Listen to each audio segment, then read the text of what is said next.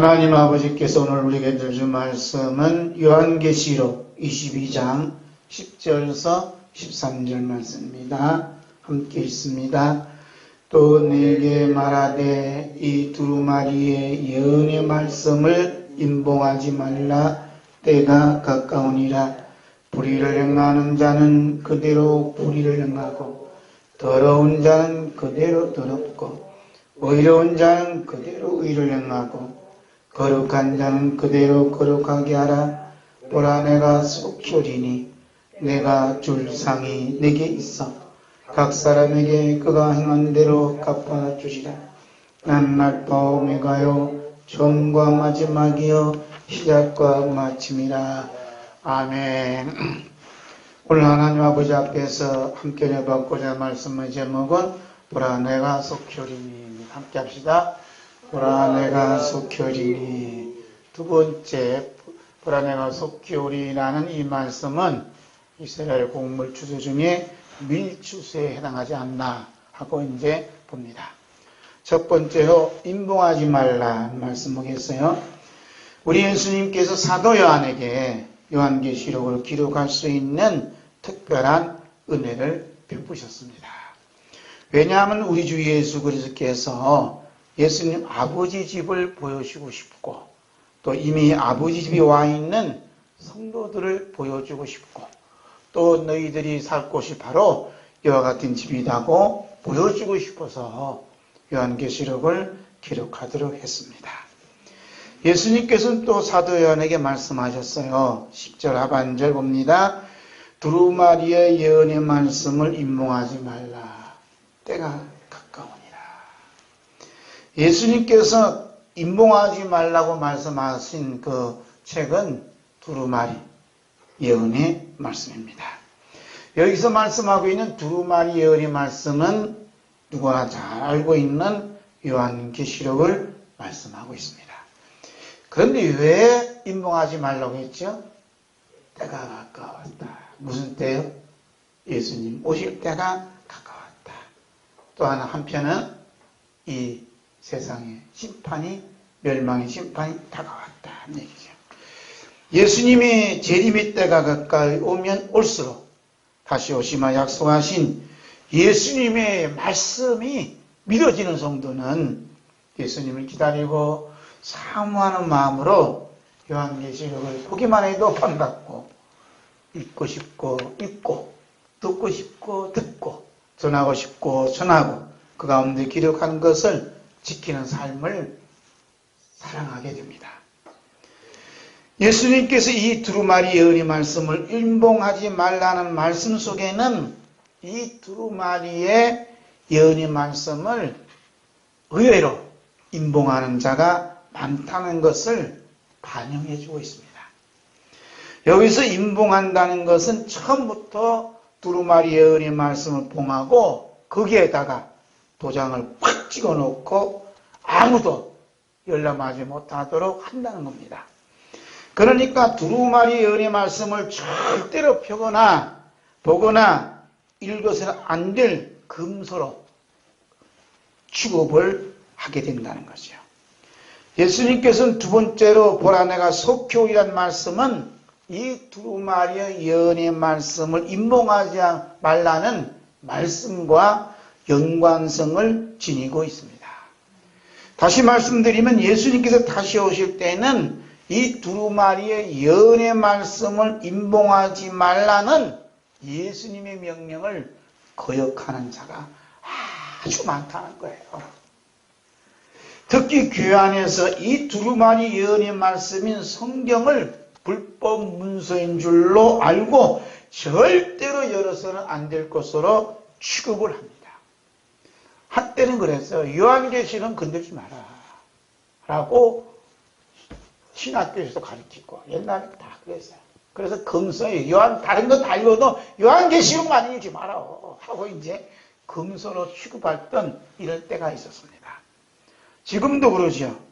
그래서 그 영향 받은 분들이 저는 요한계시록 한 번도 설교 못했다고. 그건 몰라 자랑이 되는 건지 심판받고 싶어서 환장하는 건지 모르겠어요. 온 인류의 심판대가 매우 가까이 왔습니다. 보라 내가 속히 오리라 하고 말씀하신 예수님의 재림때가 가까이 왔는데도 불구하고 이 여의 말씀을 봉함하고 있다. 도장 확 찍어놓고 절대로 열어서는 안 된다라고 닫아놓은 사람들이 얼마나 많은지 몰라요. 우리가 미국이라 하면 기독교 국가라고 알고 있어요. 그래서 대통령도 성경 앞에 놓고 성경에 놓고 선사할 정도로 이렇게 믿음이 풍성한 그런 참 기독교 국가다. 우리나라도 저러면 좋겠다라는 생각하세요. 그런데 미국 대통령 중에 오바마라는 이 대통령이 있어요. 한때 이 대통령 때 인기가 좋았습니다. 그러나 2014년도 미국 동성애 차별 금지 행정명령을 서명한 후에 미국 기독교인들에게 역차별 공격이 시작이 됐어요. 뭐라고요? 동성애 차별 금지. 한번 해봐요. 동성애 차별 금지.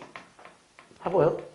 동성애 차별 금지법을 행정명령으로 오바마가 탁 했어요. 그러면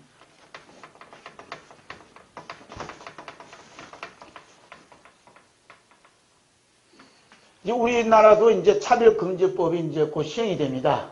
국회 통과하는 거는 이제 눈에 뻔한 거예요. 예? 그러면 어떤 일이 벌어지는가? 미국이 예를 보자는 거예요. 2019년 3월 12일 어느 고등학생이 성경 구절 말씀을 적어서 벽에다가 이렇게 붙여놨어요. 한 말씀을 적어서 벽에다 붙여놨어요. 그 붙여놓은 이 성경 구절 항상 기도하라, 쉬지 말고 기도하라, 항상 기뻐하라, 범사에 감사하라 이런 말씀을 잘 적어놨는지 모르지만 적어놨다는 이유 때문에 학교에서 정학을 당했습니다. 뭐 당했다고요? 정학을 당했어요. 이해할 수 없죠? 이게 이제 우리나라 곧 돼요. 왜 그러냐? 어느 학생이 이 성경 구절 말씀이 나를 기분 나쁘게 했다 이거야. 나에게 고통을 줬다 이거야. 그래서 고소를 했어요. 그래서 너 왜 이걸 기록했냐? 이거 왜 이게 여기다 적어놨냐? 그래서 저는 그냥 저들 생각하지 않고, 예? 그냥 난 이 말씀이 너무 좋아서 함께 나누고 싶어서 이렇게 한 겁니다. 이유는 불문하고 네가 적어놓은 그것 때문에 어느 학생이 몹시 괴롭혔단다. 괴롭힌 그 무례한 짓을 했기 때문에 너는 정학을 당해야 돼 하고 정학 당했대. 자, 우리나라에도요 총신이 있어요. 총신 교수인지 모르지만 교수님, 목사님이 이것 때문에 학교에 추방당했어요. 지금 심각하게 돌아가요. 우리 장신대는 안 그래가냐? 이것 때문에 사람들이 막 죽어나가, 쫓겨나가고 밥줄이 끊어지고 신학교 교수들이 쫓겨가는 시세요.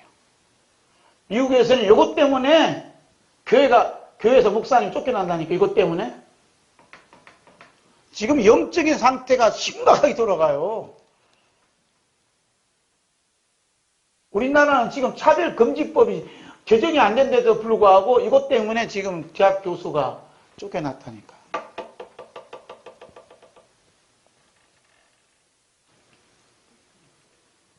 하나님 말씀은 성경이 불법 서적으로 취급하고 있어요. 성경을. 무슨 서적이요? 불법 서적이요. 성경이. 그 성경 갖고 다니면 기분 나쁘다면요. 이제 이것도 붙잡아가. 저것이 이 성경이 나를 기분 나쁘겠다고요. 이런 시대가 지금 됐다니까요, 지금. 이런 시대를 무슨 시대라 그래? 마귀 나라에 시행하는 거예요, 지금. 마귀 나라에서 제일 미워하는 게 뭐죠?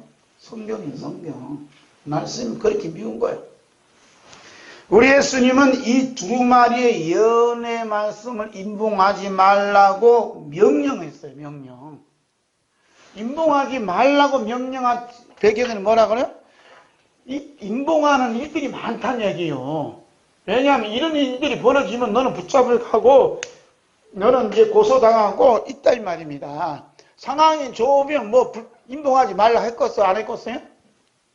말할 필요가 없지. 상황이 좋은데.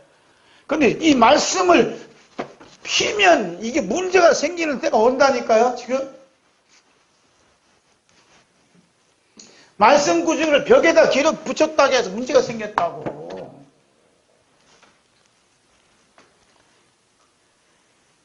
이 두루마리의 예언의 말씀을 굳게 닥치자 이제는 성경 말씀 자체를 불법서적인 것처럼 취급을 당하고 있어요.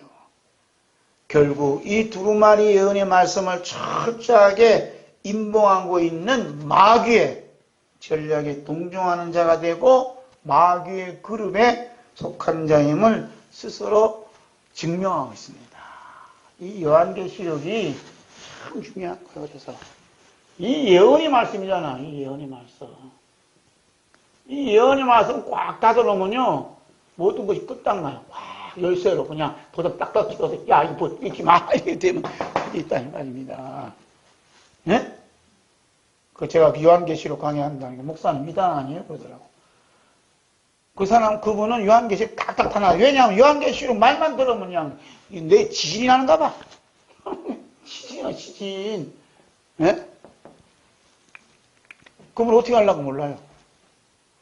이 요한계시, 이 예언의 말씀은 예수님의 사랑의 극치가 이 예언의 말씀이 여기 꽉 들어차 있는 거예요. 더군다나 보라 내가 속히 오리라는 이 예수님의 뜨거운 마음을 여러분 읽어요? 읽어? 얼마나 오고 싶으면 속히 오겠다는 거예요, 예수님이.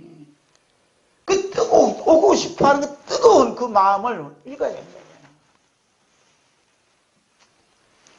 북한에서 이 남한으로 넘어온 분들이 곧 고향으로 돌아가겠다 했을 때 그 심정이 얼마나 간절했겠어요. 70년이 넘어도 못 가는 사람 많잖아요. 하고 싶은 그 뜨거운 마음을 아시나요? 뭐 우리는 신앙민이 아니라 모르지 뭐. 예수님은 오고 싶은데 속히 오겠다는 그 뜨거운 그 마음을 여러분은 화답하십니까? 그 마음이 어디냐? 이 예언의 말씀에 충만히 있다는 거예요. 충만히. 우리 예수님께서 마지막 심판의 기준을 이 두루마리 예언의 말씀으로 삼겠다는 강한 의지를 보여주고 있습니다. 예수님께서 이 두루마리 예언의 말씀을 임봉하지 말라고 했을 때는 가볍게 말씀하시는 것은 결코 아니에요. 만약 우리가 이 예수님의 이 두루마리 예언의 말씀을 임봉하지 말라고 말씀을 가볍게 여기고 우습게 여기고 헌신천처럼 여기고 임봉하고 있다면 어떻게 되겠냐 이거예요. 응? 어떻게 되겠냐. 그것은 이 두루마리 예언의 말씀에 기록된 생명나무와 거룩한 성 예루살렘에 참여할 수가 없어요.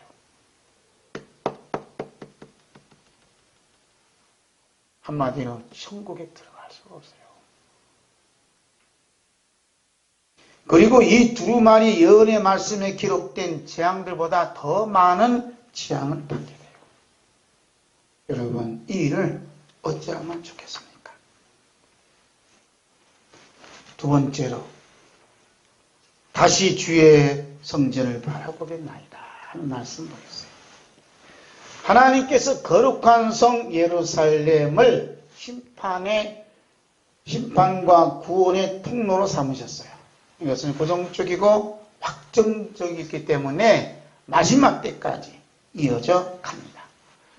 여러분, 하나님께서 예루살렘 성전, 하나님의 집을 심판의 통로로 삼으신 모습을 먼저 보겠습니다. 베드로전서 4장 17절 18절 봅니다.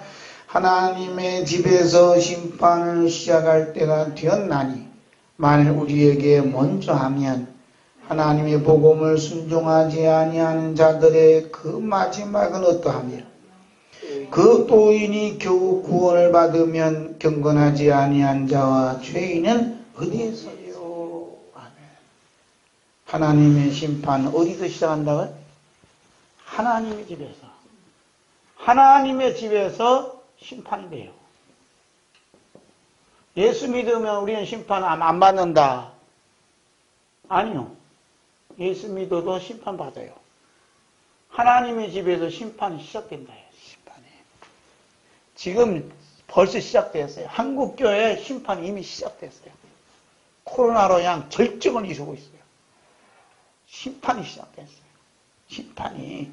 그래서 만일 우리에게 먼저 하면 그랬어요. 만일 우리에게 먼저 하면 그래요. 먼저 하면. 누가 그런 얘기해? 베드로가 얘기했다. 먼저 하나님의 심판이 우리에게 임하면 어떻게 되겠냐 이거예요. 하나님의 복음을 순종하지 않으려는 자들이 그 마지막은 어떠하며? 하나님 복음. 예? 무슨 복음이에요? 하나님의 복음. 예수 믿어도 예수 믿는 건 좋은데 하나님 복음에 순종하는 삶을 사느냐 하는 게 이게 관건이라니까요. 하나님의 복음. 무슨 복음이요? 하나님의 복음이요. 하나님의 복음. 하나님의 복음, 하나님의 기쁜 소식이에요. 하나님의 기쁜 소식이 뭐예요? 바로 예수님. 예수님께서 우리를 대신해서 십자가에 못 박아 죽으셨다 하는 게 하나님의 복음이에요. 이 복음을 받아들이지 아니하면 어떠하겠냐 이거예요. 십자가의 복음을 받아들이지 아니하면 어떠하겠느냐 이겁니다. 어떠하겠느냐요. 베드로가 지금 안타깝게 지금 말씀하고 있는 거예요. 자, 하나님께서 구원의 통로로 삼으신 예루살렘 성전을 봐요. 심판만 하시는 게 아니고 이제 구원의 통로로 삼으셔요. 그 말씀이 열왕기상 8장 37절에서 40절 함께 봅니다. 만일 이 땅에 기근이나 전염병이 있거나 곡식이 시들거나 깐부기가 나거나 메뚜기나 황충이 나거나 적국이 와서 성읍을 에워싸거나 무슨 재앙이나 무슨 질병이 있든지 막론하고 한 사람이나 혹 주의 온 백성 이스라엘이 다 각각 자기의 마음에 재앙을 깨닫고 이 성전을 향하여 손을 펴고 무슨 기도나 무슨 간구를 하거든 주는 계신 곳 하늘에서 들으시고 사하시며 각 사람의 마음을 아시오니 그들의 모든 행위대로 행하사 갚으시옵소서. 주만 홀로 사람의 마음을 다 아십니다. 그리하시면 그들이 주께서 우리 조상들에게 주신 땅에 사는 동안에 항상 주를 경외하리다. 아멘. 이 땅에 기근이나 전염병이나 곡식이 시들거나 깐부기가 나거나 메뚜기나 황충이가 나거나 적국이 와서 성읍을 에워싸거나 무슨 재앙이나 무슨 질병이 있든지 막론하고 그렇죠. 막론하고 한 사람이나 혹 주의 온 백성 이스라엘이 각각 자기의 마음에 재앙을 깨닫고 각각 자기의 마음의 재앙. 마음의 재앙. 무슨 재앙이에요? 마음의 재앙. 코로나가 무슨 재앙이에요? 마음의 재앙이에요. 중국이 우리를 감싸고 있어요. 둘러싸고 있어요. 북한이 우리를 둘러싸고 있어요. 예? 그게 뭐예요? 마음의 재앙. 요즘 애국한다는 사람들 주사파가 둘러싸고 있어. 아니고 마음의 재앙이라. 나를 억누르게 하고 나를 괴롭히고 있는 모든 것들이 마음의 재앙이에요.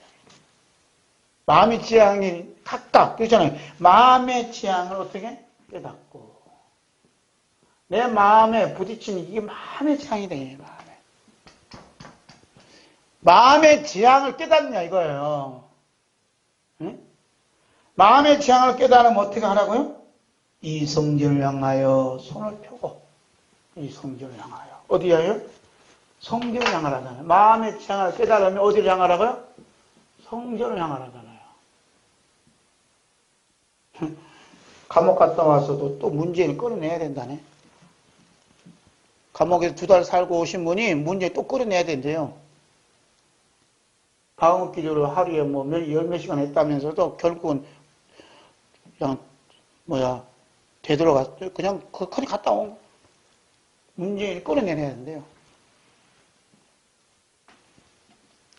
마음의 재앙을 깨닫는 게 중요하다니까. 깨달으면 어떻게 해? 성전을 향하여 어떻게 해요? 성전을 향하여 손을 펴고.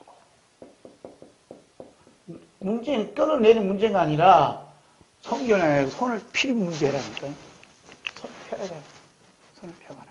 그 다음에 무슨 기도나 무슨 간구를 하거든 주는 곳 하늘에서 들으시고 그러잖아요. 주는 곳 하늘에서 들으시고. 하나님은 어디서 들어요? 하늘에서 들으시고.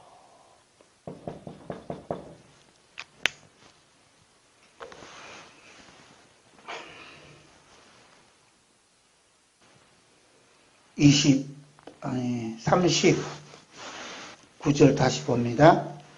주는 곳 계신 곳 하늘에서 들으시고 사시며 각 사람의 마음을 아시오니 그들의 모든 행위들에 행하사 갚으시옵소서. 주만 홀로 사람의 마음을 다 아심이니이다. 누가 갚으신다고요? 하나님이 갚으시잖아요. 그들의 모든 행위대로 행하사 갚으시옵소서. 하나님이 갚아달라는 거예요. 우리 입으로 누구를 끌어내라 가라 이게 아니에요. 하나님이 끌어내리고 하나님이 물리쳐 주시고 하나님이 갚아주신다. 하나님이 하실 일이다 라고 성전을 향해서 손을 폈다는 거예요. 성령님께서 솔로몬을 감동시키사 이렇게 기도하게 하신 이 기도가 우리로서는 상상할 수 없는 곳에서 펼쳐지고 있음을 성경에 기록해 놓으셨어요. 거기 어디냐? 요나는 큰 성읍 니느웨로 가서 회개의 복음을 외치라는 하나님의 명령을 받았으나 불순종하고 다시스로 가는 배를 타고 도망가다가 풍랑을 만나게 됩니다. 이 풍랑의 원인을 제공한 자가 누구라 밝혀져요? 요나라는 사실이 밝혀지자 배 안에 있는 사람들은 요나를 불끈 들어서 바다에 턱 던져놓았어요. 그러자 어떻게? 파도가 잔잔해졌다라고 말합니다. 이때 배 안에 있는 사람들은 이게 중요하다니까. 배 안에 있는 사람들은 배 안에 있는 사람들은 자 보세요. 지금 이 파도가 이렇게 출렁이 있어. 출렁. 파도야. 파도예요. 있어요. 여기서 배 한 척이 있어요. 배 같이 생겼나? 배 한 척이 있어요. 배 한 척. 또 있다 이 말이에요. 그래서 이 배에 이제 앉혀 있는 배 안에 이거 배요. 배에 있는 사람이 있고 요나는 어디 빠져 있다가 물고기가 어떻게 생겼나? 물고기 속에 지금 요나가 들어앉아 있었어요. 그러니까 이제 요나를 풍덩 던졌던 배 안에 있는 사람들이 뭐라 그래? 야, 우리는 어떻게? 아이고, 잘하시네. 야, 우리는 살았다! 하고 큰 소리 쳐요. 이제 하나님을 두려워하면서, 야, 하나님 진짜 살아계시구나. 이 요나이 말하는 풍덩 바다 빠뜨려 죽이시더만 파도를 잔잔하게 해서 우리를 살려주셨구나 하고 너무 기뻐했다 이 말입니다. 어디 있는 사람들이? 배에 있는 사람들이. 그래서 배에 있는 사람들이 요나를 바라보면서 헤이쿠 하나님 종이라고 펴놓구만. 너무 불쌍해. 어떻게 하다가 야 하나님 명령 불순종하다 왜 물고기 밥이 됐대 하고 이제 배에 있는 사람들이 그렇게 했다 이 말이에요. 진짜 그래요? 예? 진짜 그래 안 그래요? 그러나 바다 위에 떠 있는 배에 탄 사람들은 전혀 상상할 수 없는 일들이 지금 요나가 바다에 빠쳐진 이곳에서 하나님의 나라의 세계가 확 펼치고 있다는 사실을 전혀 모르고 있는 거예요. 누가? 이 배에 탄 사람들이.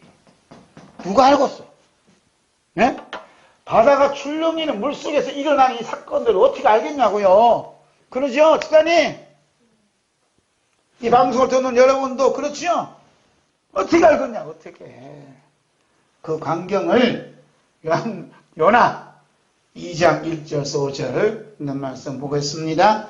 요나가 물고기 뱃속에서 그의 하나님 여호와께 기도하여 이르되 내가 받는 고난으로 말미암아 여호와께 불러 아뢰었더니 주께서 내게 대답하셨고 내가 수월의 뱃속에서 부르짖었더니 주께서 내 음성을 들으셨나이다. 주께서 나를 깊음 속 바다 가운데 던지셨으므로 큰 물이 나를 눌렸고 주의 파도와 큰 물결이 다 내 위에 넘쳤나이다. 내가 말하기를 내가 주의 목전에서 쫓겨났을지라도 다시 주의 성전을 바라보겠다 하였나이다. 물이 나를 영혼까지 둘러싸우며 기쁨이 나를 에워싸고 바다 불이 내 머리를 감쌌나이다. 자, 요나가 물고기 빠뜨리자마자 뭐 했다 그래? 요나가 물고기 뱃속에서 그의 하나님 여호와께 뭐 했다고요? 기도했다. 기도. 무슨 기도했겠어요? 하나님, 제가 이 바닷물에 풍덩 던져진 것도 제가 마땅한 죄인, 풍덩 빠진 게 된 것도 마땅한 죄인입니다 했다는 거예요. 예? 이 풍랑에 죄를 탁 던진 분이 누구라 그래? 나를 이 풍랑에 탁 던진 분을 배 안에 있는 사람 던진 게 아니라 3절 말씀 보니까 주께서 나를 기쁨 속 바다 가운데에 던지셨어. 뭐라? 누가 던지셨다고요? 주께서. 지금요, 이 바닷물에 펑덩 던졌을 때 이 사건이 벌어졌어요. 이 사건은 기록이 안 돼서 펑덩 떨어졌어요. 하나님 왜 나를 이렇게 막 풍덩 빠뜨리게 했어? 이런 게 안 했다. 왜 나만 왜 이렇게 고치 아프게 하고 나를 이렇게 하냐고. 왜 내가 이러려고 내가 주염 줬느냐고. 왜 나에게 이런 어려움을 주냐고. 이런 얘기 안 했다. 주여, 바닷물에 풍덩 던진 것도 풍덩 던지오신 것, 그 던지오심을 던짐을 당해도 마땅한 죄입니다 하고 회개했다는 거예요. 회개. 뭘 했다고요? 회개했다니까. 어디서? 회개하는 순간 하나님 뭘 준비해놨어요? 물고기를 준비해놓고 야 그래 하고 물속으로 탁 물고기 배서 들어오게 했다는 거예요. 할렐루야. 이게 회개가 중요한 거예요. 마땅한 죄인입니다. 이 풍랑 만난 이 바닷물에 풍덩 떨어진 것도 마땅한 죄인이에요. 우리 무슨 일 만나면 원망부터 하잖아. 내가 이렇게 사고 당한 것도 마땅합니다. 마땅한 죄인입니다. 내가 우리나라가 이렇게 어려움 당한 것도 마땅하죠. 마땅한 죄인입니다. 한국교회 이렇게 어려운 것도 마땅합니다. 부정부패, 선거 이렇게 난리 피는 것도 마땅합니다. 주여, 마땅한 죄인입니다. 이 나라 이민족 죄인입니다. 주님. 부정선거했던 사람들은 몰아치키지 말고 마땅한 죄인이라는 걸 알아야 된다. 마땅한 죄인. 그랬더니 하나님 뭐라 그래? 물고기를 다 준비해 놓고 한다 이 말이에요. 그러니까 이제 요나는 뭘 알았어요? 이 바닷물에 던진 자가 이 배 위에 있는 사람이 아니라 누가 했다가 주께서 사람이 안 보이고 누가 보여? 주님이 보였다는 거예요. 그래서 다시 주의 성전을 바라보겠나이다. 다시 주의 성전을 바라보겠나이다 하고 외쳤다는 거지. 뭘 회복시켜서요? 주의 성전의 회복이 어디서? 물고기 뱃속에서 일어났다는 것이 이것이 기가 막힌 하나님의 사랑의 표현이 여기 담겨져 있다. 여러분, 바다 위에 떠 있는 배에 있는 사람들이 은혜를 받았어요. 아니면 물고기 뱃속에 있는 요나가 은혜를 받았어요. 불행하게도 바다 위에 떠 있는 배에 있는 사람들은 육신적으로는 잠시 살아났는지 모르지만 그들의 영혼은 하나님께로부터 택함받지 못한 불쌍한 영혼들이래요. 왜냐하면 그들은 바다에 풍덩 빠질 수도 없을 뿐만 아니라 큰 물고기 속으로 들어갈 수가 없기 때문입니다. 우리 예수님께서 이 요나의 이 놀라운 이 사건을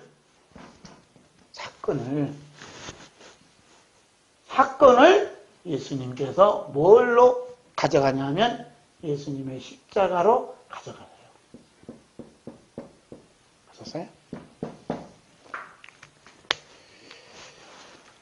예수님께서는 이 요나의 표적이 그냥 일어난 표적이 아니라 십자가의 죽음을 바라보시면서 내가 보여줄 표적은 요나의 표적밖에 없다라고 예수님이 말씀하셔요. 무슨 표적밖에 없다고요? 요나의 표적밖에 없다. 이렇게 말씀하신 예수님 마음을 읽으셔야 한다. 자, 마태복음 12장 38절에서 40절 봅니다. 그때 서기관과 바리새인 중 몇 사람이 말하되 선생님이여 우리에게 표적 보여주시기를 원하나이다. 예수께서 대답하여 이르시되 악하고 음란한 세대가 표적을 구하나 선지자 요나의 표적밖에는 보일 표적이 없나니라. 요나가 밤낮 사흘 동안 큰 물고기 뱃속에 있었던 것 같이 인자도 밤낮 사흘 동안 닭 속에 있으리라. 아멘. 바다 위에 떠있는 배에 있는 사람들이 볼 때에는 요나는 바다에 빠져 죽었지만, 그렇지만 요나는 하나님께 예배해 놓으신 큰 물고기 뱃속에서 다시 주의 성전을 바라보는 놀라운 은혜를 받는다. 할렐루야. 우리가 엄청난 환란의 바람이 부는 건 요나에게도 이러한 표적이 나타나듯 우리에게 요나와 같은 표적을 나타내기 위한 하나님의 뜨거운 사랑의 손길이 있지 않나 이렇게 봐야 된다. 할렐루야. 뭘 바라보게 하려고? 주의 성전을 다시 바라볼 수 있는 은혜를 주셔. 여러분, 사도 요한이 거룩한 성 예루살렘을 바라볼 수 있을 때가 언제였죠? 편안하고 잘되고 풍요로울 때였던가요? 아니네. 우리 주 예수 그리스도께서 노년에 죄수의 몸으로 던져진 밤모습에서 날마다 뭐만 기다려요? 죽을 날만 기다리고 있는 사도 요한을 하늘 문을 탁 열어주시고 맨발로 십자가에 못 박힌 맨발로 찾아와 만나주심으로써 하늘 문을 열어 예루살렘 성전을 보여주셨습니다. 그 말씀을 요한계시록 21장 1절에서 4절에 기록하고 있네요. 함께 봅니다. 또 내가 새하늘과 새 땅을 보니 처음 하늘과 처음 땅이 없어졌고 바다도 다시 있지 않더라. 또 내가 보면 거룩한 성 새 예루살렘이 하나님께로부터 하늘에서 내려오니 그 준비한 것이 신부가 남편을 위하여 단정한 것 같더라. 내가 들으니 보좌에서 큰 음성이 나서 이르되 보라 하나님의 장막이 사람들과 함께 있음에 하나님이 그들과 함께 계시리니 그들은 하나님의 백성이 되고 하나님은 친히 그들과 함께 계셔서 모든 눈물을 그 눈에서 닦아주시니 다시는 사망이 없고 애통하는 것이나 곡하는 것이나 아픈 것이 다시 있지 아니하리니 처음 것들이 다 지나갔습니다. 성령님께서 저주와 축복의 통로가 되는 하나님의 성전을 어디 안에 감춰두냐면 십자가 안에 감추어 두셨습니다. 우리 주 예수 그리스도께서 거룩한 성 예루살렘을 사도 요한에게 보여주신 것도 십자가 터널인 밤모섬에 던졌었을 때 나는 이렇게 이곳에서도 죽어도 마땅한 죄인입니다 라고 고백하게 했다는 거예요. 네, 난 이렇게 이곳에서도 죽어도 마땅한 죄인입니다. 이러한 회개의 기도가 있을 때 우리 주 예수 그리스도께서 십자가에 못 자고 난 맨발로 사도 요한을 찾아와 만나주셨다는 거예요. 예수님, 내가 그동안 주님 말씀 듣고 순종해서 부모님 잘 모셨는데 또 기회를 잘 섬기고 성도들 잘 놀아봤는데 겨우 저에게 밤모섬이라는 섬에 유배지로 보내는 것이 그렇게 주님 원하신 겁니까? 근데 제가 이러려고 밥모습 올려고 제가 그동안에 90년 동안, 80년 동안, 70년 동안 내가 이렇게 목회한 줄 압니까? 그랬더라면 어떻게 됐을까요? 밥모습에 던지지도 않았어요. 그런데 밥모습에 끌려가는 그 순간에 사도 요한이 뭐라 했다고요? 나는 이렇게 이곳에서 죽어도 마땅한 죄입니다. 무슨 뭐라고요? 제가 죽어도 마땅한 죄인입니다. 이것이 뭐냐? 이게 회개라는 거예요. 나 뭐 잘못했습니다가 아니라 현실을 받아들이는 거예요. 현실을. 이 현실을 받아들이되 뭘 하되? 나는 죄인입니다 하고 회개한다. 내가 이렇게 어려운 일 당한 것도 마땅한 죄입니다. 어떤 사람은 암이 걸렸어. 암이 걸려서 죽어도, 암이 걸려 죽어도 마땅한 죄인입니다 하고 주님 앞에 회개해야 돼. 할렐루야. 요즘 경제적 어려움 많아요. 어려움 많아서 정부에서 주는 그 찌끔 돈 가지고는 해결할 길이 없어요. 그렇지 않아요? 50만 원, 60만 원 받아서 뭐 하시려고? 그래갖고 지금요, 이상하게 사람들이 그거 조금 받아갖고 그냥 이분이 그냥 큰 위대한 인물이 됐어요.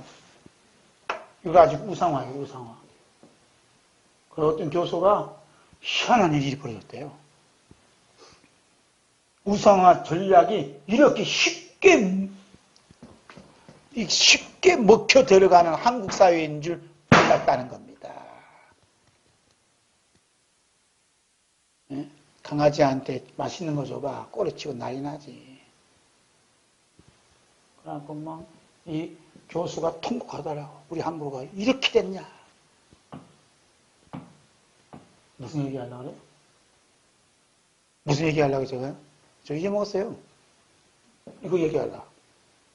이게 큰 어려움에서 죽을 일이 있을 때 원망은 불평이 아니라 이렇게 죽어도 마땅한 죄입니다 라고 회개운동이 일어나야 된다. 할렐루야. 요나가 산한 풍랑이 일어나고 있는 바다에 던지는 순간 물은 뭐라고 기도해? 나는 이렇게 물에 빠져도 마땅한 죄입니다. 나는 이렇게 따라해. 나는 이렇게 물에 빠져도 마땅한 어떻게? 마땅한 죄인입니다. 마땅한 죄인, 마땅한 죽을 죄인입니다. 하라 이 말이에요. 이게 뭐냐? 주님께서 이거 시켜서 이런 게 아니라 주님께서 시켜서 자기 할 수 없어요. 주님께서 회개형을 부어주셔야 이런 게 한다 이 말이에요. 내가 죄인인 것을 고백하라 이 말이에요. 할렐루야. 요나가 죄인인 것을 고백하고 사도 요한이 죄인인 것을 고백하자. 주님께서 덥석 안아주셨다니까. 누구 욕할 일이 아니에요 지금. 죄인인 것을 고백해야 돼요. 죄인인 것을. 그래서 나는 이렇게 물에 빠져도 마땅한 죄인입니다. 회개 기도가 터져 나올 때 하나님께서 그 물고기를 예비해 놓으시고 그 물고기 뱃속에서 뭘 보여주셨어요? 하나님의 성전을 보여주신 사건이 벌어졌다. 네? 이것이 뭐냐면 보라매가 속히오리라는 이 밀주수의 깊은 어떤 영광이 있지 않나라고 한번 깊이 묵상해 보자는 겁니다. 묵상해 보자는 거예요. 응? 예수님께서 십자가에 못 박혔을 때 두 행악자도 예수님이 십자가 중심으로 십자가에 달려있어요. 그 십자가는 둘 중에 하나를 선택하게 돼 있어요. 십자가는. 뭘 선택해? 십자가는 둘 중에 하나 선택하는 거, 둘 중에. 미지미지하는 거 없어요. 십자가는 둘 중에 하나를 선택하게 돼 있다. 내가 선택해야 돼요. 예수님은 십자가 딱 그려내자 이 강도 둘, 행악한 강도 둘 중에 하나 선택하게 돼 있다 이 말이에요. 선택받는 자가 돼 있다 이 말입니다. 예? 돼 있다는 거예요. 우리 함께 볼까요? 누가복음 23장 39절에서 43절 봅니다. 달린 행악자 중 하나는 비방하이르되 내가 그리스도가 아니냐 너와 우리를 구원하라라되 하나는 그 사람을 꾸짖어 이르되 내가 동일한 정죄를 받고서도 하나님을 두려워하지 아니하느냐 우리는 우리가 행한 일에 상당한 보응을 받는 것이니 이에 당연하거니와 이 사람이 행한 것은 옳지 않는 것이 없느니라고 이르되 예수여 당신이 나라에 임하실 때 나를 기억하소서 하니 예수께서 이르시되 내가 진실로 내게 이르노니 오늘 내가 나와 함께 낙원에 있으리라 하시니라. 아멘. 한 사람은 십자가 바로 옆에 있으면서 십자가에 달리신 예수님을 바라보며 비방하고 비웃었지만 다른 한 행악자는 우리는 마땅히 죽어야만 하는 죄인입니다. 마땅히 죽어야만 하는 죄인입니다. 나는 마땅히 죽어야만 하는 죄인입니다. 뭐라고요? 마땅히 죽어야만 하는 죄인입니다. 라고 고백하는 순간 어떻게 해요? 오늘 내 밤에 너 나와 함께 낙원에 있으리라 라는 은혜를 받게 됐다는 거예요. 할렐루야. 그래서 오늘 보면 11절 말씀에 불의를 행한 자는 그대로 불의를 행하고 더러운 자는 그대로 더럽고 이 사람 누구라고요? 선택을 못 받은 사람이에요. 그래서 예수님을 비방하고 예수님을 헛듣는 이 자가 바로 불의를 행한 자고 더러운 자가예요. 그 다음에 의로운 자는 그대로 의를 행하고 거룩한 자는 그대로 거룩하라. 이 말은 누구죠? 바로 나는 마땅히 죽어야만 하는 죄인입니다. 회개한 자를 주님이 어렵다신다는 말입니다. 할렐루야. 세 번째로 보라 내가 속히 오리니 라는 말씀 보겠어요? 예수님께서 첫 번째로 하신 말씀 보라 내가 속히 오리니 이 두루마리의 은혜 말씀을 지키는 자는 복이 있으리라는 7절 말씀은 곡물 추수 중에 보리 주스에 연기되어 있다 이렇게 말씀드렸어요. 왜냐하면 예수님께서 하신 말씀 곡물 초수 중에 하나님의 나라의 비밀이 담겨져 있기 때문입니다. 그리고 주스는 예수님의 재림을 의미하기 때문에 추수는 뭐라고요? 예수님의 재림을 의미한다. 추수는 예수님의 재림을 의미한다. 그래서 이스라엘 요한은 예수님께서 자기에게 다가오는 것을 보시고 예수님의 재림에 대해 미리 예언했어요. 그 말씀이 마태복음 3장 12절입니다. 손에 길을 들고 자기의 타작마당을 정하게 하사 알곡은 모아 곡간에 들이고 죽정이는 끓이지 않는 물에 태우시리라. 이것이 예수님 재림이요. 예수님이 오시면 알곡은 모아 곡간에 들인다. 알곡은 누구죠? 알곡은 누구요? 마땅히 죽어야만 한 죄입니다. 마땅히 죽어야 하는 죄입니다. 물에 빠져도 마땅히 죽어야 하는 죄입니다. 이렇게 밤모섬에 던져져서 마땅히 죽어야만 하는 죄입니다. 죄입니다. 나는 죄인입니다. 나는 죄인입니다. 이렇게 회개한 자예요. 회개한 자. 이 시대가 어려운 일 당한 것도 마땅합니다. 마땅한 죄입니다. 내가 아프고 힘들어도 주님 마땅한 죄입니다. 이 당해도 마땅합니다. 세르하니 예수님에 대한 예언의 말씀이 오늘 본문 말씀 22절에 말씀하고 있어요. 12절에 말씀합니다. 함께 있습니다. 보라 내가 속히 오리니 내가 줄 상이 내게 있어 각 사람에게 그가 행한 대로 갚아주리라. 예수님이 줄 상이 있는데 행한 대로 갚아주는 상이 있대. 이것이 뭐냐? 바로 두 번째 예수님이 다시 속히 오겠다는 그러한 뜻이 담겨져 있어요. 그 두 번째는 뭐냐면 예수님 뭐가 연결돼요? 상 주고 싶어서 얼른 오고 싶었다는 상 주고 싶어서 얼른 오겠다는 거예요. 그럼 예수님 얼마나 당급하고 제일 바쁘신 분이 뭐냐면 예수님이죠. 오고 싶어 하시면 예수님이시라고. 그러니까 얼마나 주고 싶으시면 미련 일이 벌어지냐 이거예요. 응? 예수님께서 두 번째 내 보라 내가 속히 오리라고 말씀하시면서 내가 줄 상이 내게 있어 각 사람에게 그가 행한 대로 갚아주리라는 말씀을 덧붙여주었습니다. 이것은 예수님께서 두 번째 보라 내가 속히 오리라는 말씀은 뭐가 연결되어 있어요? 심판과 연관성이 있다는 것을 말씀하고 있습니다. 이스라엘 추수하는 곡물 중에 두 번째로 해당하는 날이 뭐냐? 밀추수입니다. 밀추수는 보리추수가 끝나는 시점에 시작됩니다. 보리추수는 주변에서 무슨 일이 일어났는지 알 수 없을 정도로 조용하게 추수가 진행되지만 밀추수는 주변에서 무엇을 하는지 잘 알 수 있을 만큼 떠들썩하게 이루어지고 요란스럽게 이루어집니다. 밀추수할 때 사용되는 기구가 도리깨라고 합니다. 농부가 도리깨로 밀추수를 하게 되면 주변은 얼마나 소란하고 밀 자체는 얼마나 큰 고통을 겪는지 모릅니다. 성령님께서는 이사야 선지자를 통해 곡물 추수하시는 그 모습을 담긴, 그 모습 속에 담긴 하나님의 깊은 사랑을 비유적으로 이렇게 말씀에 기록해 놓은 것을 볼 수가 있습니다. 그 말씀이 이사야 28장 23절에서 29절인데 현대어 성경 제가 나눠준 거 있죠? 그 쪽지 그걸 보겠어요. 이게 이제 개정 성경 보면 말이 참 어려워. 그런데 현대 성경 보니까 좀 이해가 돼요. 함께 봅니다. 나는 이제 하나님이 어떻게 거동하시는지 말하리라. 너희는 정신을 바짝 차리고 똑똑히 들어라. 씨를 뿌리려고 준비하는 농부가 날마다 밭만 갈겠느냐? 농부가 항상 밭을 갈고 흙덩이만 깨뜨리는 사람이냐? 농부가 땅을 고르게 하였으면 금정풀씨나 회양초 씨를 뿌리고 밀이나 보리는 밭고랑에 줄줄이 씨를 뿌리고 밭에 가장자리는 쌀불을 심지 않느냐? 농부가 어디서 이런 것을 모두 배웠느냐? 그를 지으신 하나님이 그에게 모두 가르쳐 주시지 않았느냐? 씨 뿌린 방법이 다양한 것처럼 탈곡하는 방법도 여러 가지다. 금정불씨는 도리깨로 바수어 뚫지 않고 회양초도 탈곡기를 돌려서 뚫지 않는다. 김금정불씨는 막대기로 두드려 뚫고 회양초도 가는 막대기로 살살 두드려 편다.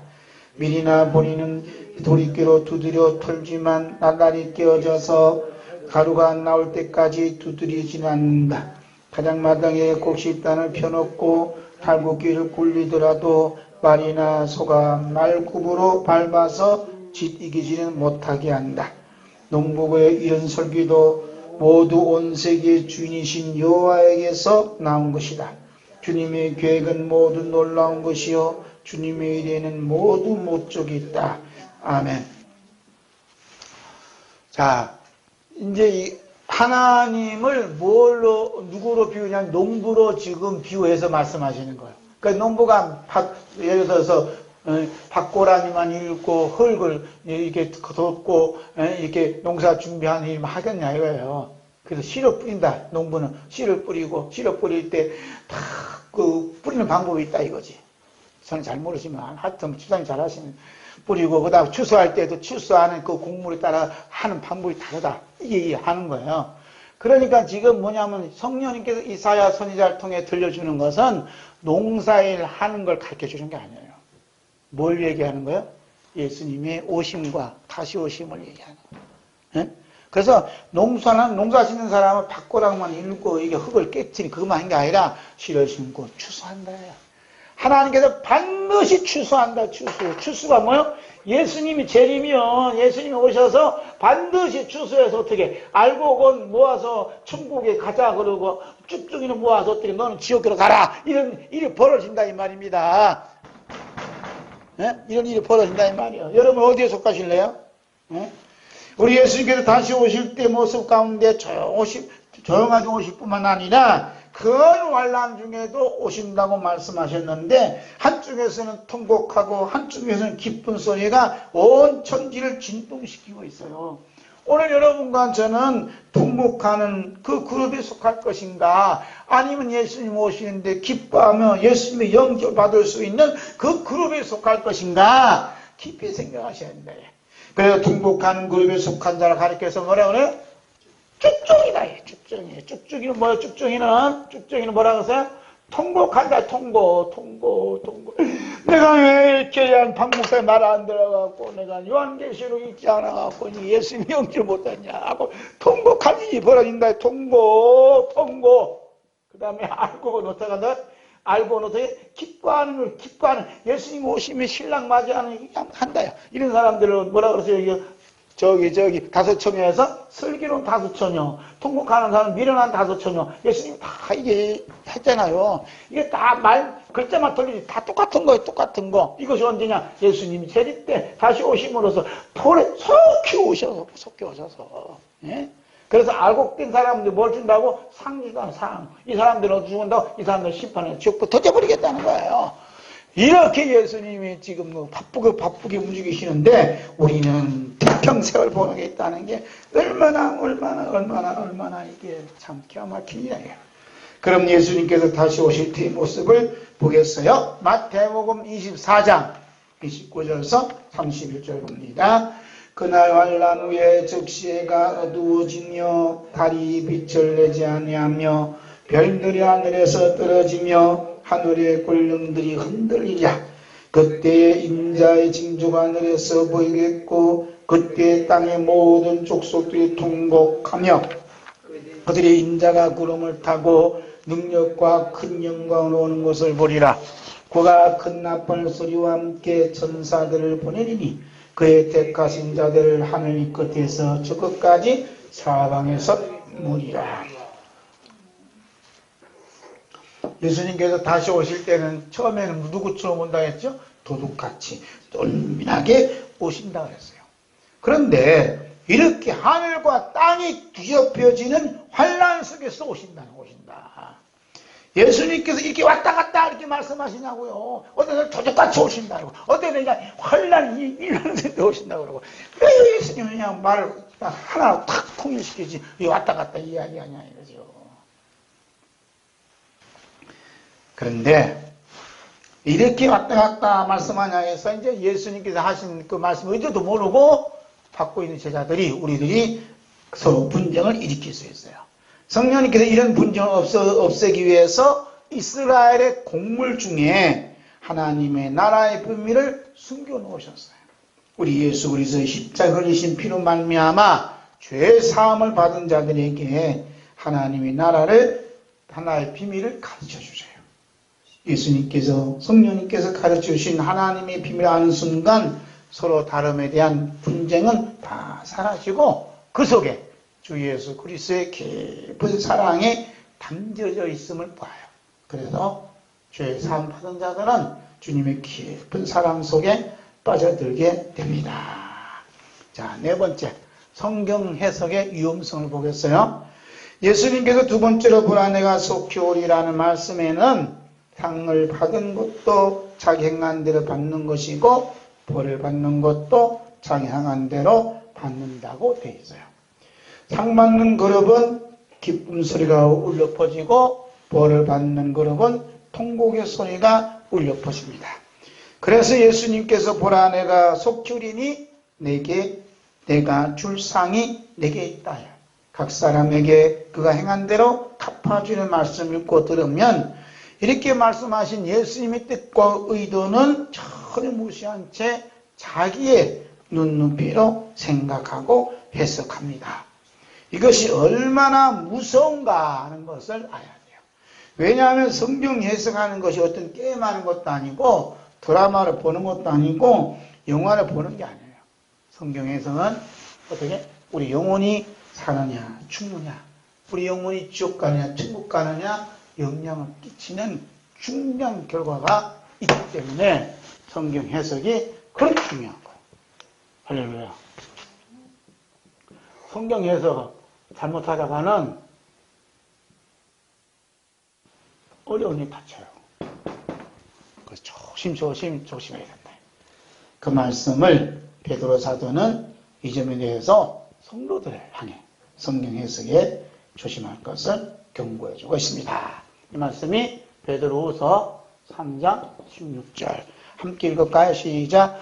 또 그 모든 편지에도 이런 일에 관하여 말하였으되 그 중에 알기 어려운 것이 들어있으니 무식한 자들과 굳세지 못한 자들이 다른 성경과 같이 그것도 억지로 풀다가 스스로 멸망에 이르니라.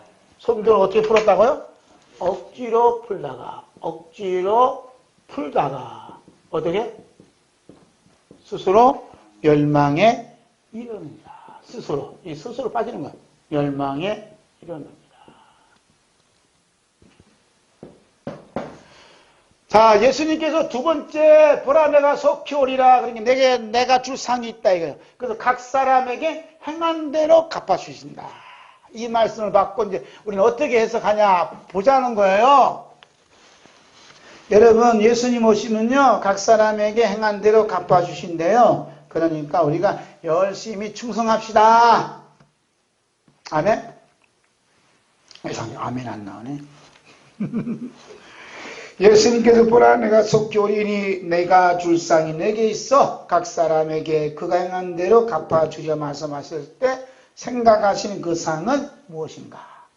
그 사람 행함은 무엇인가? 보자는 거예요. 예수님께서 보시는 사람들의 행함은 율법과 도덕적으로 얼마나 착하고 의롭고 성화를 이루며 살았느냐를 보는 것도 아닙니다. 신앙적으로 얼마나 힘을 다하여 마음을 다하여 목숨을 다하여 충성하고 봉사하고 헌신하고 선교했느냐를 보는 것도 더욱더욱 아니에요. 네? 뭐 아니라고요? 각사를 행한 대로 갚아주는 행함. 우리는 행함을 딱 두 가지로 보는 거예요. 율법적으로 착하고 도덕적으로 정직하게 살아야 된대요. 그래서 어느 목사님 정직 이거 해갖고 이제 이거 사단법 만들어갖고 이제 운동을 벌려요. 그 다음 또 하나는 행함 뭐예요?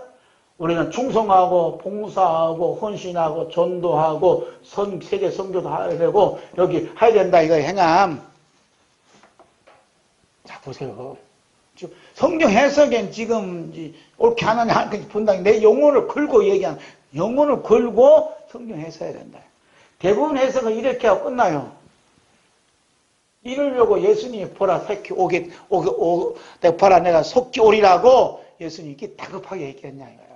예? 착하게 살아가는 사람 상 주고 교회 열심히 충성하는 사람 상 주려고 오겠냐 이 말입니다. 그래 안 그래요? 예수님 안 오셔도요 이런 상은요 다 주세요. 어디서? 교회에서 국가에서 다 준다고요. 예수님 안 주셔도 되고. 그런데 교회에서 줄 수 없는 상, 예? 국가가 줄 수 없는 상, 이 세상이 줄 수 없는 상을 주시겠다 한다면 이건 이런 행함이겠냐 이 말입니다. 교과야 아닐까요? 자, 우리는요 기본적으로 예수님 십자가에 못 박아 죽으셨잖아, 그죠? 죽으셨으면 여기 누구도 죽었어요? 여러분과 저도 이미 죽었어요. 죽었기 때문에 이 모든 행함도 어떻게 따라서 죽은 거예요, 죽은 거. 할렐루야. 그러니까 이것을 예수님은 전혀 안 본다니까. 네가 얼마나 착했냐, 이거 안 봐요. 네가 얼마나 교회 헌금 많이 했냐, 이거 안 본다니까. 여기에 또 보면 예수님 십자가가 없는 사람인 거 보고 예수님 십자가 있는 사람이 안 봐요. 십자가 다 죽었는데 하라는 거야. 자, 그러면 보자는 거죠. 다섯 번째, 쭉중의 행함이 뭐고 알고 행함이 뭐냐. 제가 꽤 수준 있는 설교한다니까요, 지금. 제가 그래서요, 이번 7월 달에 초청 받았어요. 요한계시록 성경 강의해달라고. 그것도 대전 시내에서요, 저녁마다 가서 해야 돼요. 그것도 10일 동안. 많죠? 자, 그러면 쭉쭉이 행함과 알고 행함 보자요. 우리 예수님께서 우리 행함을 따라 상 주시며 벌 주시겠다는 그 기준은 우리 행함 쪽에 있지 않다. 우리 행함 쪽에. 자, 우리 행함 쪽에 있는 게 아니에요. 이러한 행함을 뭐라 그래? 우리 행함을, 이것이 우리 행함이거든요? 이것이 우리 행함이에요. 이 우리 행함이 뭐죠? 쭉쭉이. 내가 열심히 착하게 산 것도 쭉쭉이고, 그 열심히 충성하고 봉사하고 헌신하고 헌금 많이 바친 것도 다 쭉쭉이라니까. 쭉쭉이갖고 자랑하고 앉아서 쭉쭉이갖고. 그럼 주님이 피눈물 나는 거지, 이놈아. 내가 그러려고 내가 십자가에 못 박아 죽었다냐! 예수님이 야단치는 거죠. 예수님께서 보시는 그 행함은 하나밖에 없어요. 예수 그리스도 행함만 있어요. 누구만? 예수 그리스도 우리 행함을 보는 게 아니라 예수 그리스도의 행함만 보시는 거예요. 예수 그리스도 행함. 다 같이 예수 그리스도 행함. 예수 그리스도 행함은 뭐냐면 이게 알고 이게 알고. 할렐루야. 하나님께서 보시는 것은 예수님, 예수 그리스도 행함만 보시지 우리 행함 보는 게 아니에요. 예수 그리스도 행함은 딱 두 가지예요. 그럼 뭐죠? 예수님의 행함은 십자가와 부활이에요. 다 같이 십자가와 부활. 예수님의 행함은 십자가 부활이에요. 그러니까 우리 행함들을 갚아주신다는 것은 이 박 목사 네 속에 예수님이 십자가 행함이 있느냐, 예수님이 부활 사건 행함이 있느냐, 그거 보는 거라니까. 딴 거 보는, 하나님 우리 보는 게 아니야. 내가 얼마나 충성하고 보고 이게 보는 게 아니라 내 속에, 우리 삶 속에 예수님이 십자가 있느냐, 예수님의 부활의 사건이 있느냐, 이게 보는 거예요. 그래서 예수 그리스도의 십자가와 부활 사건이 개입된 사람들은 예수님의 행함으로 살 수밖에 없어요. 할렐루야. 누구 때문에 살아 지금? 예수님 때문에 산다 이거예요. 여러분 뭐 어떻게 이렇게 왔어요? 예수님 때문에 온 거예요. 예수님으로 인해서. 예수님 피공로 아니면 우리 주님 앞에 나올 수 없어요. 할렐루야. 이 사람이 누구냐? 예수님의 행함 알곡된 신자라 이 말입니다. 예?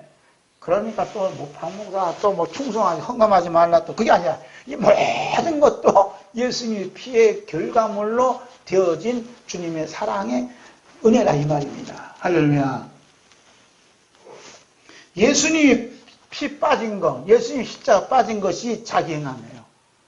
똑같이 우리가 예배 드리잖아요. 지금 예배 똑같이 예배 드리는데 여기에 예수님의 십자가 부활 사건이 있으면 이건 알곡이고 이거 싹 빼버리면 뭐라고요? 쭉정이다 이 말이야. 아무리 거룩 해도 주님의 십자가 사건과 부활 사건이 없으면 쭉정이다. 베드로 사도가 살던 시대에는 우리들이 오늘 겪고 있는 것과는 감히 명함도 내밀지 못할 정도로 환란의 극치였어요. 이런 환란의 극치가 밀추수하는 모습이에요. 밀추수하는 모습. 내가 속결이라는 예수님의 추수하는 모습이 담겨져 있어요. 이때 베드로 사도는 타작마당에서 곡식으로 떠는 성도들에게 우리 주 예수 그리스도의 행함으로 사는 그 알곡된 삶이 무엇인가를 말씀해 주고 있습니다. 그 말씀이 베드로전서 4장 12절 말씀부터 볼게요. 시작.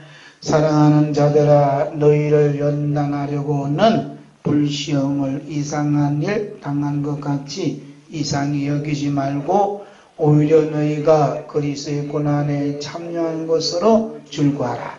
이는 그의 영광을 나타내실 때 너희로 즐거워하고 기뻐하게 하려 함이라.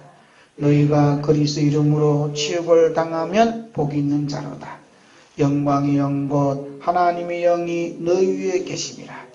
너희 중에 누구든지 살인이나 도둑질이나 악행이나 남의 일을 간섭하는 자로 고난을 받지 말려니와 만일 그리스도로 고난을 받으면 부끄러워하지 말고 도리어 그 이름으로 하나님께 영광을 돌리라. 아멘. 그래서 여기서 쭉중의 행함은 15절 만일 누구든지 살인이나 도둑질이나 악행이나 남의 일을 간섭하는 자로 고난을 받는 게 뭐냐 하면 이 쭉중의 행함이에요. 그럼 알곡 행함이 뭐냐면 뭐겠어요? 16절에 만일 그리스도인으로 고난을 받으며 그리스도인으로 살아가는 게 예수 그리스도의 행함이에요. 그리고 14절에 너희가 그리스도 이름으로 시험을 받으면 복이 있는 자로다. 영광의 영곧 하나님의 영이 너희 위에 계십니다. 그렇죠? 그러니까 그리스도의 이름으로 받는 것, 그리스도의 이름으로, 그리스도의 고난, 그다음 그리스도의 이름 고난 받는 게 뭐냐? 이것이 예수님의 행함이다. 이게 알곡된. 그런데 중요한 것은 뭐라 그래? 영광이 하나님의 영광이 나타난다. 하나님의 영광. 자 볼까요? 14절 다시 있습니다. 너희가 그리스도의 이름으로 치욕을 당하면 복이 있는 자로다. 영광의 영 곧 하나님의 영이 너희 위에 계십니다. 그래서 하나님의 영이 어디에 계신다고요? 예수님의 행함, 예수 그리스도의 행함으로 사는 자들의 머리 위에 하나님의 영광이 비쳐 있어요. 누가? 예수의 행함이니까. 예수 그리스도의 행함 속에 뭐가 있어요? 고난이 있다요. 고난을 받고 예수 이름으로 욕을 먹고 예수 이름으로 죽임을 당한 모든 예수님의 행함 속에 영광의 영, 하나님의 영광 빛이 쫙 비치고 있어요. 할렐루야. 자, 13절 다시 읽을까요? 13절. 오히려 너희가 그리스도의 고난에 참여한 것으로 즐거워하라. 이는 그의 영광이 나타나실 때에 너희로 즐거워하고 기뻐하게 하려 하십니다. 그러니까 내 쭉정이 행함으로 사는 사람들은 똑같은 고난과 욕을 어려움 당하면 쉽게 낙심하고 또 남을 비난하고 욕을 하고 어떻게 하다 보면 또 자살까지 해요. 예? 또 공격까지 한다고. 그게 쭉정이에요. 그러나 그리스도 행함으로 사는 사람들은 고난은 누구 고난이라고요? 그리스도의 고난이고 욕먹는 것도 그리스도의 이름 욕을 먹으니까. 근데 슬퍼요? 안 슬퍼요? 슬퍼할 겨를이 없이 오히려 기뻐하고 즐거워한다. 할렐루야. 왜냐하면 하나님 영광의 빛이 그에게 머리 위에 머물러 있기 때문에. 그들 하나님의 영광의 빛이 거기에 머물러 있다. 머물러. 참 14절이 너무 좋네요. 다시 읽을게요. 너희가 그리스도의 이름으로 치욕을 당하면 복이 있는 자로다. 영광의 영 곧 하나님의 영이 너희 위에 계십니다. 하나님의 영이 우리 위에 계신다잖아요. 예수님의 행함 위에 하나님의 영광의 영이 항상 계시는 것이 우리 내 행함 속에 없다는 거예요.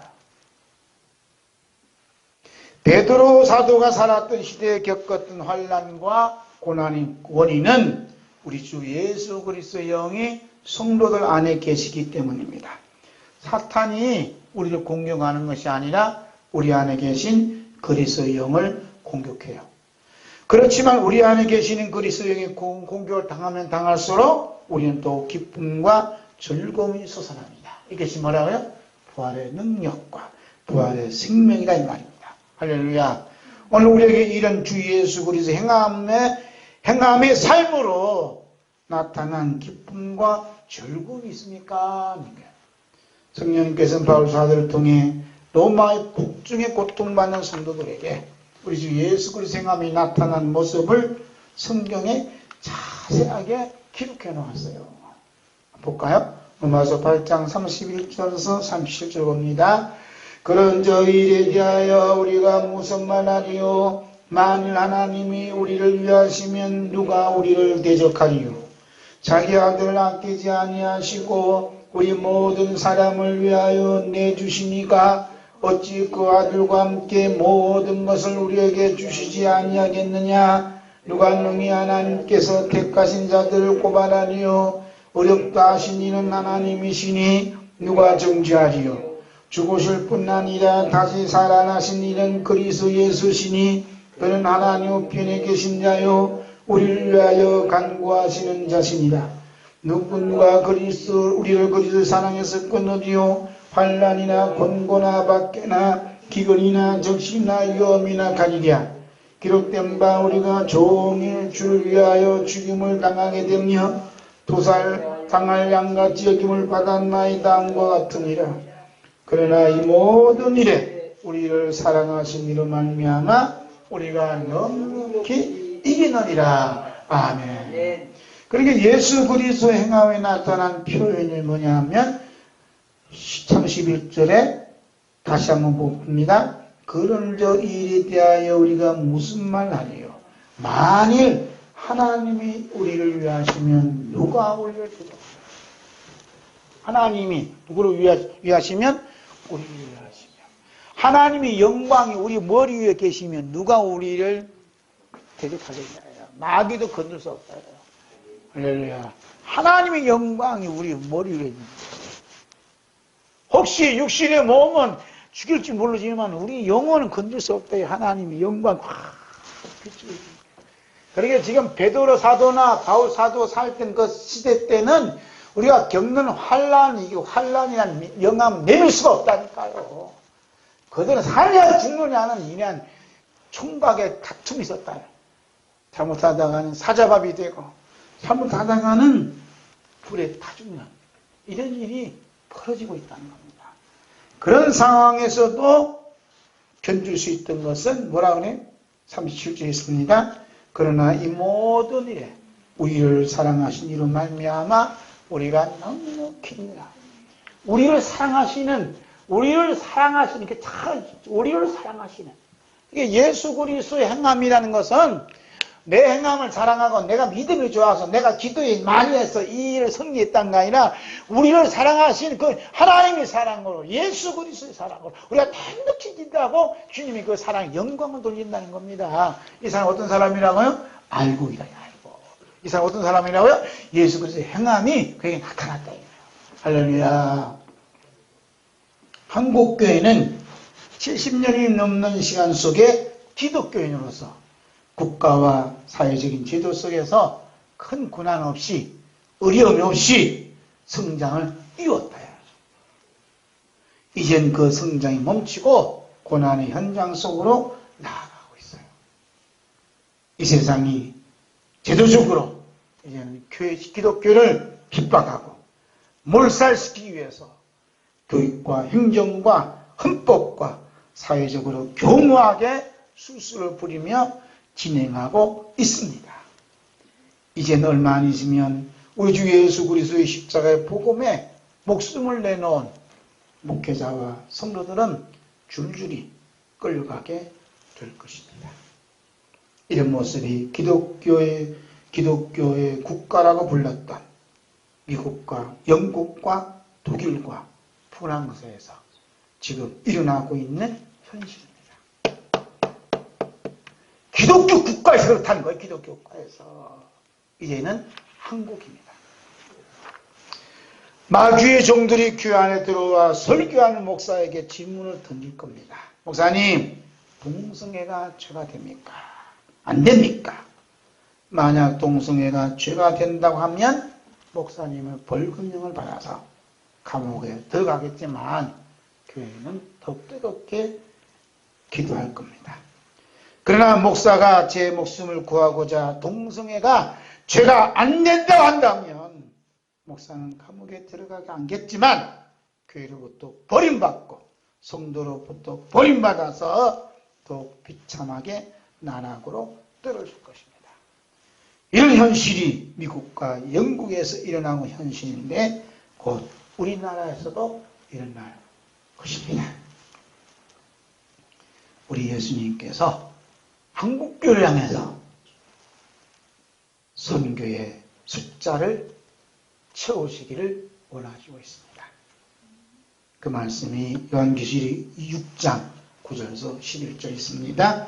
다섯째 인을 떼실 때에 내가 하나님의 말씀과 그들이 가진 증거로 말미암아 죽임을 당한 영혼들이 제단 아래에 있어 큰 소리로 불러 이르되 거룩하고 참되신 대주제여 땅에 거하는 자들을 심판하여 우리 피를 갚아주지 아니하시기를 어느 때까지 하시려나이까 하니 각각 그들에게 흰 두루마기를 주시며 이르시되 아직 잠시 쉬되 그들의 동무종들과 형제들과 자기처럼 형제들 자기처럼 죽음을 당하여 그 수가 차기까지 하라. 하나님의 말씀, 예수님 말씀, 또 그의 계명, 예수를 증거하는 그 때문에 죽임을 당한 영혼들 어디 있어요 지금요? 어린 양 보좌 제단 아래서 지금 우리 원수를 갚아달라고 기도하고 있어요.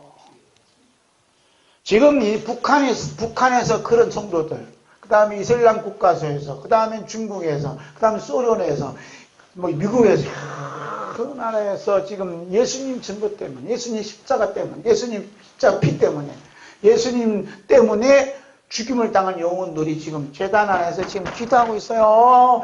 주여, 우리 죄, 우리 이게 오라면 언제 갚아? 갚아주겠습니까? 우리 언제 갚아주시겠습니까? 언제 이 모든 짐승들을 심판해서 우리 죄를 이 심판해서 우리를 언제 갚아주시겠습니까? 우리 피를 언제 갚아주시겠습니까? 이렇게 지금 기도하고 있다는 말입니다.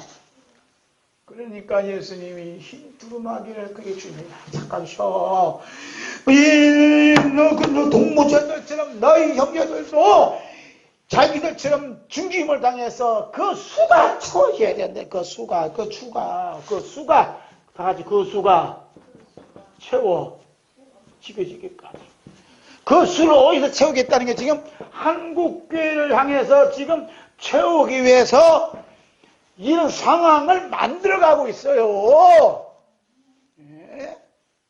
이게 주님의 음성이요. 그래서 차별금지법이다, 동성애다, 공수처 만드는 게 뭐예요? 순교의 숫자를 주님이 채우시는 거예요. 그래야 어떻게 된다고요? 그 짐승을 심판해서 우리를 영원한 천국으로 우리 데려가시고 예? 어떻게 순교의 제물 되실래요? 마지막 6번째. 예수님께서 죽으신 자리로 초청받은 자가 있어요. 예수님께서 죽으신 자리로 초청받은 자가 있습니다. 죽정의 행함이 알곡의 행함을 혐오스럽다 하여 만들어 놓은 불법을 들이대요. 그래서 죄를 씌워서 사회적인 죄인으로 둔갑시켜 놓을 것입니다. 그리고 온갖 욕설과 핍박과 심지어 죽음까지 줄 것입니다. 우리는 이러한 일들을 십자가의 눈, 복음의 눈으로 이 사건들을 바라볼 수가 있어야 합니다. 얘기해요. 책을 읽으려면 어려워서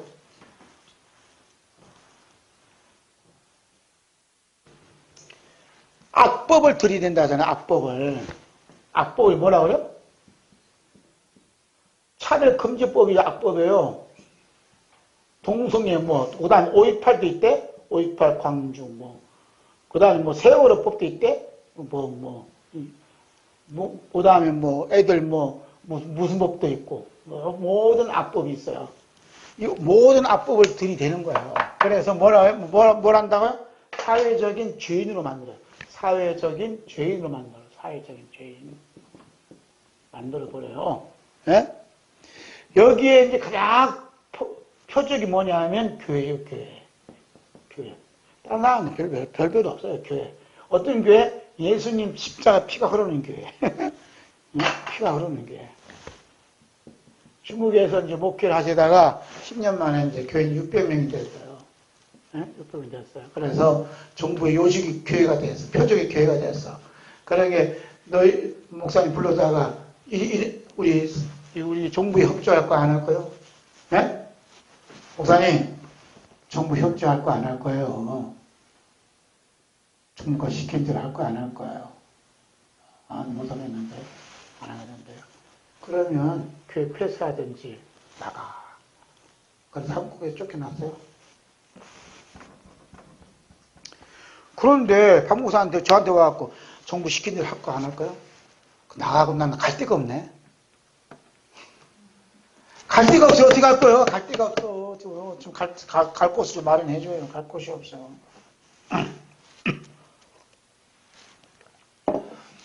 그래서 이제 모든 핍박을 하는데 이것을 뭘로 본다고요? 십자가의 복음의 눈으로 보자는 거예요. 십자가의 복음의 눈으로. 다 십자가의 복음의 눈. 십자가 복음의 눈으로 이 사건을 바라봐야 된다 이 말입니다. 할렐루야. 성령님께서는 쭉저기를 통해 알곡을 하나님 아버지께로부터 저주받은 자리로, 예수님께서 죽으신 자리로, 우리 주 예수 그리스도께서 십자가에 못 박힌 그 자리로 몰아놓고 있는 거룩한 모습을 보는 거야. 어디로 몰아놓는다고요? 예수님의 십자가의 자리, 죽음의 자리로 자꾸 이거 콘으로 몰아가요. 야야, 너 빨리 가라. 누가 한다고요? 성령님께서.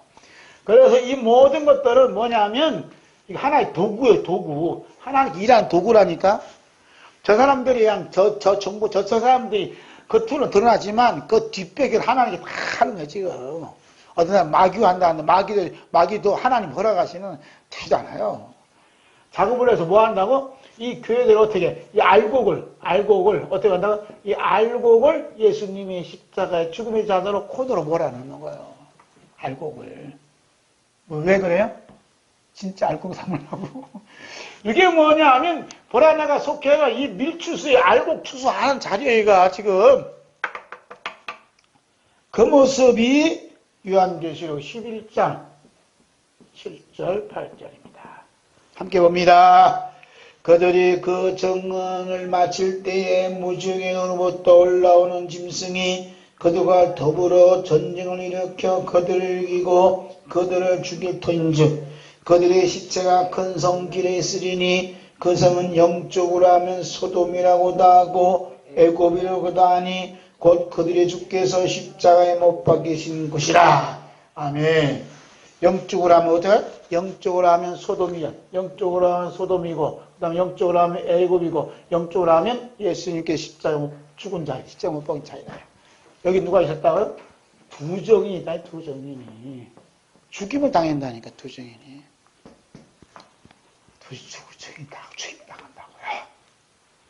자, 우리 주 예수 그리스도께서 이미 마귀가 점령하고 있는 이 세상에 오셔서 십자가의 죽임을 당하셨다면 그리스도의 몸이요 지체인 성도라면 당연하지 않겠습니까?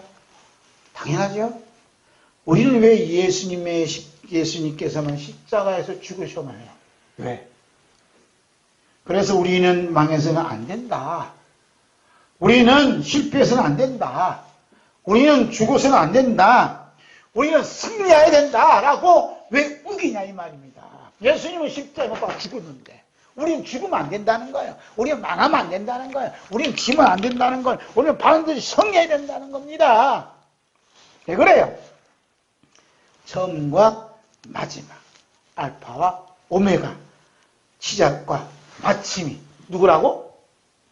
우리다예요. 알파와 오메가, 처음과 시작과 마침이 예수님이셔야 되는데 내가 되니까 내가 되기 때문에 나이기 때문에 나는 망해서는 안 되고 십자가 죽어서 안 되고 실패해서 안 되고 나는 낙심해서 안 되고 안 된다는 것만 하는 거 지금 안 된다는 거예요. 그게 지가 뭐 알파고 오메가다 이거지. 이게 얼마나 교만한 소리냐 이겁니다.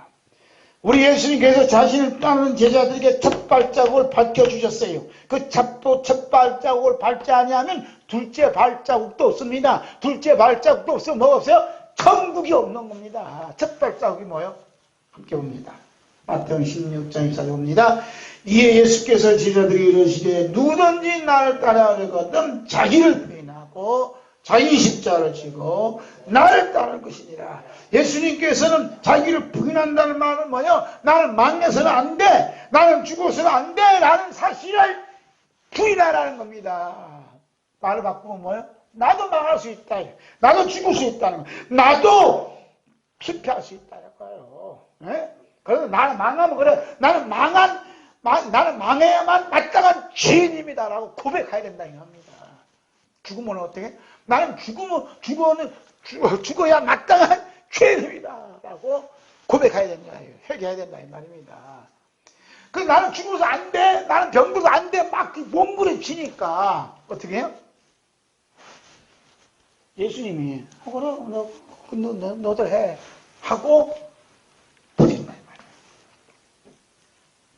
우리 주 예수 그리스도께서 알파와 오메가요 처음과 마지막이요 시작과 마침으로서 십자가의 저주받은 자리, 죽음의 자리에서 빠져나올 때 예수님께서 혼자만 빠져나오지 아니하시고 함께 십자가에 못 박힌 자들도 함께 빠져나왔어요.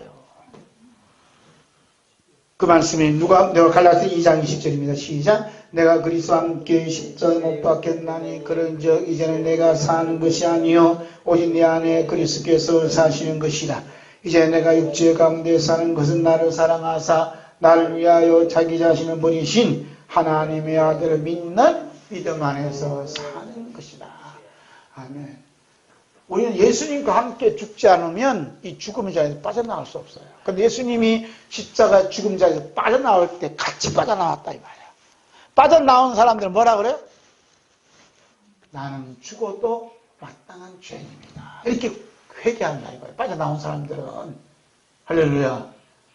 그 함께 빠져나오지 못한 사람 뭐라 한다고요? 나는 죽어서는 안 돼. 나는 맞아서는 안 돼. 그런다고 해서 안 망하고 그런다고 해서 안 죽습니까? 성령님께서 그리스도와 함께 십자가에 못 박혔던 성도가 죽음에서 빠져나오는 그 현장을 요한계시록 11장에 기록된 두 종을 통해서 똑똑히 보여주고 있습니다. 그 말씀이 요한계시록 11장 9절에서 13절에 있습니다. 백성들과 족속과 방언과 나라 중에서 사람들이 그 시체를 사흘 반 동안을 보며 무덤에 장사하지 못하게 하리로다. 이 두 선지자가 땅에 사는 자들을 괴롭게 한 고로 땅에 사는 자들이 그들의 죽음을 즐거워하고 기뻐하여 서로 예물을 보내리라 하더라.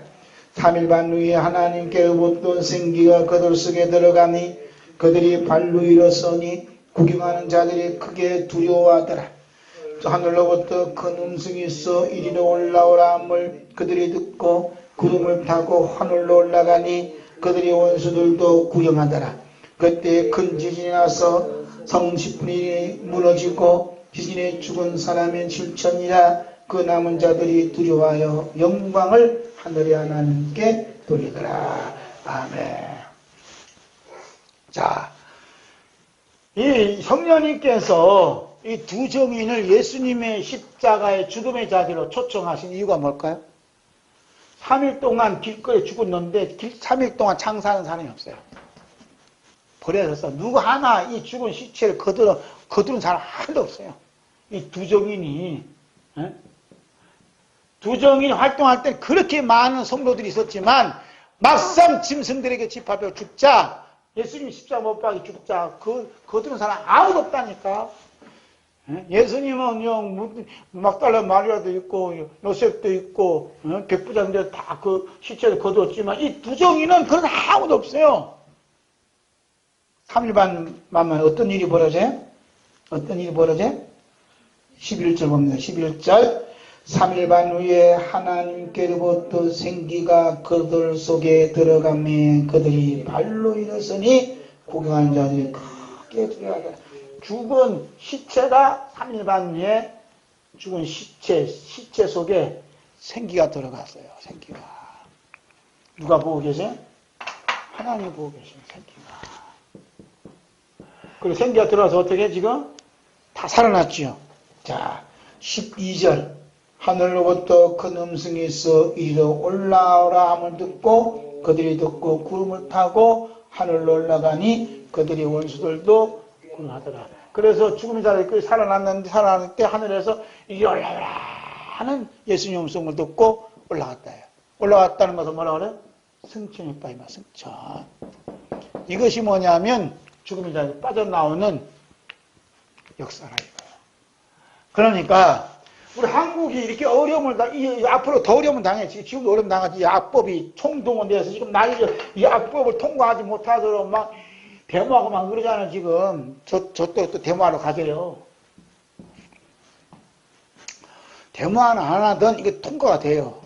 그래서 이것이 통과하면서 예수님 믿는 사람, 십자가를 의지하는 사람, 죄로 피워받은 사람, 쉽게 말하면 알곡된 신자들을 예수님의 십자가의 죽음의 자리로 몰아넣는다 이 말이야. 누가? 문땡땡이가? 누가? 성령님께서. 성령님께서 이 사람들 동원시켜 산다 이거예요. 그럼 성령님께서 이 사람들 동원시켜서 이 죽음의 자리로 몰아넣는 이 자리를 왜 파괴하십니까? 이 말이야 나는. 그냥 내비둬. 악법을 통과하든 말든 내비둬요 그냥. 뭘 모아준 거야?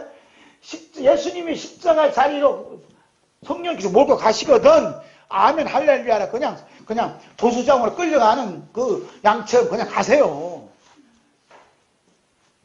도수장으로 끌려가는 양이 안 되려고 그러니까 문제 있는 거지. 왜 이게 통과 못 시켜요? 나 좀 이 땅에 좀 더 잘 살아보자 이거예요. 근데 하나님은 그게 아니야. 이 죽음의 자리를 몰아넣고 죽게 하셔서 어떻게 한다고요? 생기를 불어넣어 주셔서 어떻게 다시 살아나셔서 어떻게 예수님 계시는 그 영원한 집으로 데려가시기 위해서 이 죽음의 자리를 통과시키기 위해서 하나님이 특별한 사랑이 베풀어졌다 이 말입니다. 아멘. 여기 어디냐? 여기가 요나가 있던 물고기 뱃속이라니까 지금 여기가 예수님께서 십자가 못 박고 죽은 땅속이라니까 여기가 지금 여기서 뭘 바라보냐? 주의 성전을 바라봤다. 주의 성전이 뭐요? 하늘나라에 예수님 오시는 모습을 바라봤다는 거예요. 누가? 요나가. 누가 얘기했어요? 예수님 말씀하셨어요. 요나의 표적과 기뻐할 표적이었다. 자, 이건 인간의 어떤 언어로 설명할 수 없어요. 성령님께서 두 정인을 우리 주 예수 그리스도의 십자가에 못 박힌 장소로 초청하신 이유는 놀라우신 우리 주 예수 그리스도의 부활의 은혜를 부어주심과 공중에서 두 정인을 영접하시기 위함이다. 우리 주 예수 그리스도의 두 번째로 보라 내가 속히 오리라고 말씀하신 것은 요한계시록 11장 12절 말씀과 연관성이 있다 이 말입니다. 함께 봅니다. 하늘로부터 큰 음성이 있어 이리 올라오라 함을 그들이 듣고 구름을 타고 하늘 올라가니 그들이 원수들도 구경하더라. 세상 자리 거나 나는 가능하고 구름 타고 간다 이 말입니다. 할렐루야. 그 사람들이 누구요? 예수님이 십자가의 죽음의 자리에 초청 받은 사람들이에요. 예수님께서 두 번째로 말씀하신 보라 내가 속히 오리라는 말씀과 함께 내가 줄 상이 내게 있어 각 사람에게 그가 행한 대로 갚아주는 말씀에 응답하신 모습을 보겠어요. 그 말씀이 데살로니가전서 4장 16절에서 18절 있습니다. 주께서 오령과 천사장의 소리와 하나님의 나팔 소리로 치니 하늘로부터 강림하시리니 그리스도 안에서 죽은 자들이 먼저 일어나고 그 위에 살아남은 자들도 그들과 함께 구름 속으로 끌어올려 공중에서 주를 영접하게 하시리니 그리하여 우리가 항상 주와 함께 있으리라. 그러므로 이런 말로 서로 이루하라. 각 사람의 행한 대로 갚아주신 것이 뭐죠? 우리가 항상 주와 함께 있으리라. 우리에게 갚아줄 상은 딱 하나 있어요. 그게 뭐냐면 항상 영원토록 우리와 함께 하시는 예수님이에요. 아멘. 아멘. 마가나타.